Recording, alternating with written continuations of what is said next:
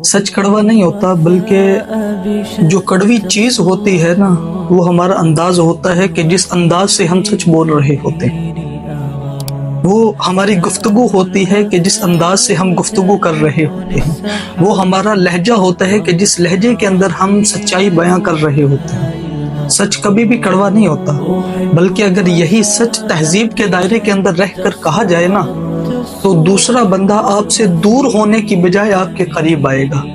وہ یہ سمجھے گا کہ یہ میری اصلاح کر رہا ہے، وہ یہ سمجھے گا کہ یہ مجھ پر شفقت والا، نرمی والا انداز رکھ رہا ہے، میرے اندر فلاں برائی ہے، اس برائی کو مجھ سے دور کرنا چاہ رہا ہے۔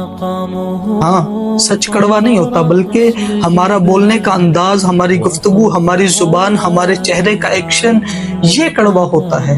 اگر ہم اپنے بولنے کے انداز کو، اپنی گفتگو کو، اپنے لہجے کو اگر ہم تہذیب کے دائرے کے اندر رہ کر سچ بولیں نا، تو سچ کبھی بھی کڑوا نہیں ہوتا، بلکہ سچ بڑا میٹھا لگے گا۔